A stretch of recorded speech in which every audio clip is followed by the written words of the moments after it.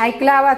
एकदम कुरकुरीत, कडक नाही तर कुरकुरीत आणि तितक्याच खुसखुशीत. हे बघा किती पोकळी निर्माण झाली, तितकेच तिला आतून पदर सुटलेत आणि सहज तुटते. कडक नाही, वातड नाही तर कुरकुरीत आणि खुसखुशीत बिस्किटासारख्या अशा या कापण्या आपल्या तयार झाल्या आहेत. आणि हे बघा, ह्याचे पाहिजे तेवढे तुकडे सहज होत आहेत.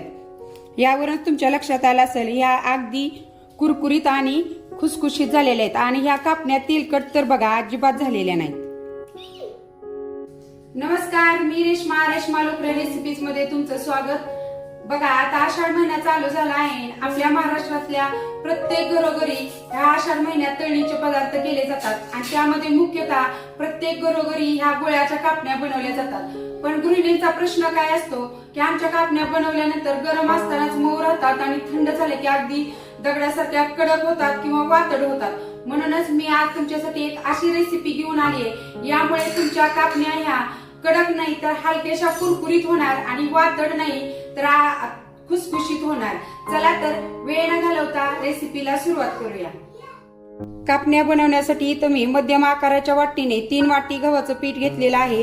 पोहे खायचे चमचे असतात ते 2 चमचे बारीक रवा घेतलेला आहे. याच्यामुळे आपल्या कापण्या हलकशा कुरकुरीत होणार आहेत. आणि इकडे 2 चमचे मी बेसन पीठ घेतलेलं आहे, ज्यामुळे आपल्या कापण्या ह्या खुसखुशीत होतील. आणि इकडं मी ज्या वाटीने गव्हाचं पीठ मोजून घेतलं आहे त्याच वाटीने मी इथं 1 वाटी गुळ घेतलेला आहे बारीक चिरलेला. आणि त्याच वाटीने गुळाचं पाणी बनवण्यासाठी अर्धी वाटी पाणी घेतलेलं आहे. आपल्या कापण्या खमंग होण्यासाठी इथे मी 1 चमचा बडीशेप आणि सुंठीची पावडर घेतलेली आहे, 1 चमचा विलायची पूड घेतलेली आहे, पाव चमचा जायफळ पूड घेतलेली आहे, थोडीशी खसखस घेतलेली आहे. ही आपण गरजेनुसार लाटताना वापरणार आहेत. आणि इथं अगदी थोडंसं मीठ घेतलेलं आहे. आणि इथं 5 चमचे साजूक तूप घेतलेलं आहे, जे आपण कडक करून पिठामध्ये घालणार आहोत. त्यामुळे आपल्या कापण्या छान खुसखुशीत होतील. इथे मी गॅस चालू करून गॅसवरती असं चहाचं भांड ठेवलेलं आहे. त्याच्यामध्ये जो आपण गुळ घेतलेला आहे तो घालायचा. आणि या गुळामध्ये जे आपण अर्धी वाटी पाणी घेतलेलं आहे ते घालायचं. आणि हा गुळ ह्या पाण्यामध्ये आपल्याला विरघळून घ्यायचा आहे.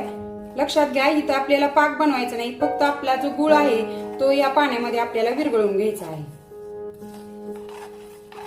आणि हे बघा, चिरून घेतलेला असल्यामुळे आपला गुळ पटकन पाण्यात विरघळलाय. ह्याला उकळी वगैरे आणायची गरज नाही. आता मी गॅस बंद करते. आता हे आपण जे गुळाचं पाणी बनवलेलं आहे ते गाळून घ्यायचं, म्हणजे त्यामध्ये कचरा वगैरे असेल तर तो वरच्या गाळणीमध्ये राहतो. आणि हे आता आपल्याला थंड करून घ्यायचं आहे. आपलं गुळ पाणी थंड होतंय तोपर्यंत एका ताटामध्ये जे आपण गव्हाचं पीठ घेतलेलं आहे ते घ्यायचं. त्याच्यामध्ये आपण घेतलेलं बेसन पीठ टाकायचं. आणि जो आपण 2 चमचे बारीक रवा घेतलेला आहे तो देखील घालायचा. आणि थोडंसं मिक्स करून घ्यायचं याच्यामध्ये. आणि पीठ मिक्स केल्यानंतर हे बघा, गॅसवरती मी जे आपण घेतलेलं तूप होतं ते चांगलं कडक गरम करून घेतलेलं आहे आणि ते ह्या पिठावर घालायचं आहे. आणि हे आता आपण चमच्याने मिक्स करून घेऊया. तूप गरम असल्यामुळं हाताला ते भाजू शकतं, त्यामुळं आपण असं चमच्याने ते अगोदर मिक्स करून घ्यायचं.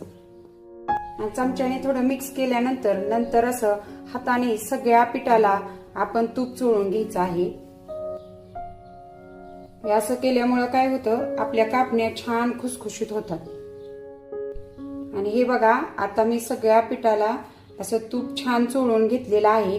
आणि इथं जे आपण 5 चमचे तुपाचं प्रमाण घेतलेलं आहे मोहन घालण्यासाठी, ते योग्य आहे का कसं ओळखायचं, असं हातामध्ये पीठ दाबायचं. दाबल्यानंतर त्याचा असा गोळा तयार झाला पाहिजे आणि समजायचं की आपण जे प्रमाण घेतलेलं आहे ते योग्य आहे.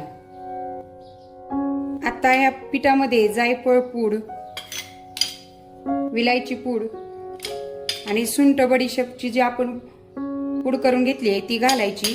आणि अगदी थोडंसं मीठ घालायचं. या मिठामुळे काय होतं, गोड पदार्थाची चव आणखीनच छान होते. आणि आपलं हे गुळाचं पाणी देखील थंड झालेलं आहे. आता हे अगदी थोडं थोडं घालून आपल्याला हे पीठ मळून घ्यायचं आहे. थोडं थोडं घालायचं, एकदम घालू नका. आणि हे आपल्याला घट्ट असं मळून घ्यायचंय.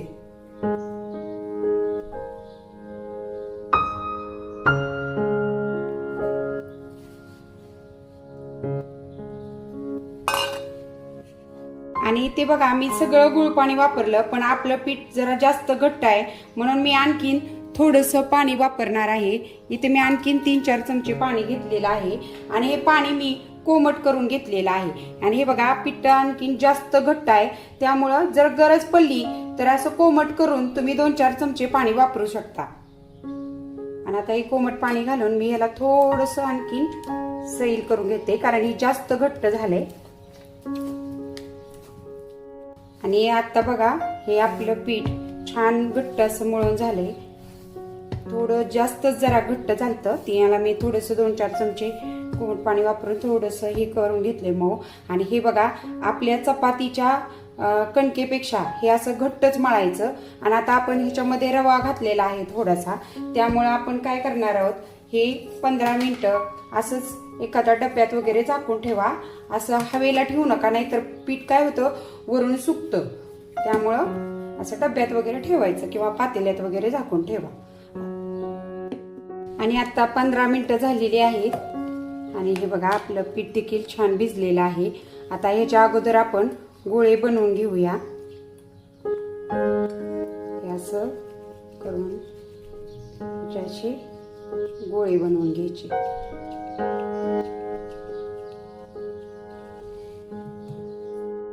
त्या पिठाचे मी असे एकसारखे 4 गोळे बनवून घेतलेले आहेत. आता आपण हे लाटायला घेऊया. आता याचं आपण चपाती कसं लाटतो तसं लाटून घ्यायची लाटी. लाटताना तेलाचा किंवा पिठाच्या हाताची गरज पडत नाही, कारण आपण पीठ हे घट्ट मळलेलं असतं. आणि थोडंसं लाटलं की ह्याच्यावरती अशी खसखस टाकून घ्यायची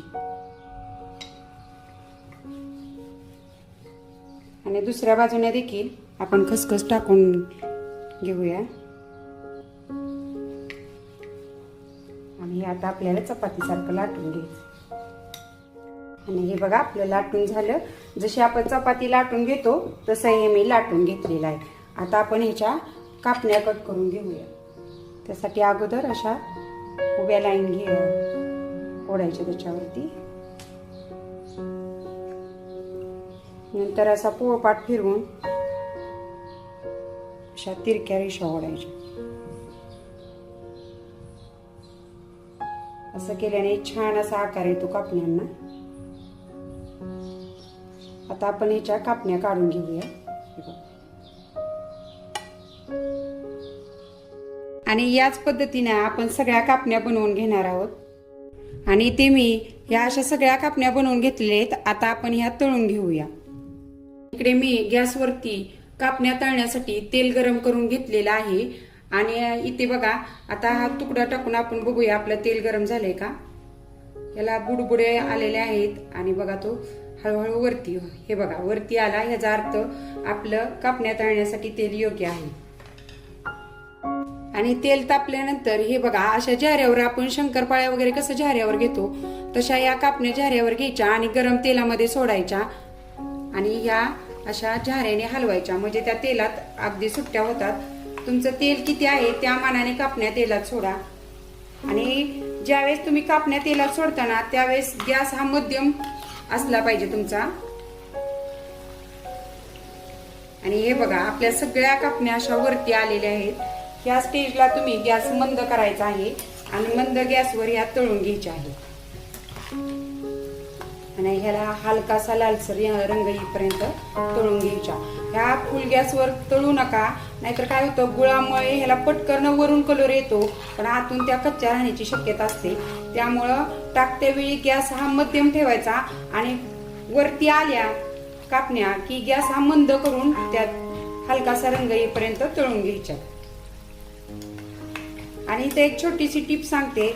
हे बघा आपण जेव्हा शंकरपाळी किंवा कापण्या किंवा गुलाबजामुन तळतो ना तेव्हा असं सतत जर तुम्ही हलवलं ना तर त्या पदार्थाला सगळीकडे एकसारखा असा रंग येतो. आणि यांना बघा हलकासा लालसर रंग आलाय. ह्या आता आपण काढून घेऊया. नाहीतर काय होतं जर डार्क कलरवर तळल्या ना गुळामुळे ह्याची तेलातून काढल्यानंतर देखील तळण्याची प्रोसेस चालू राहते. त्यामुळं हलकासा रंग आला की काढून घ्या.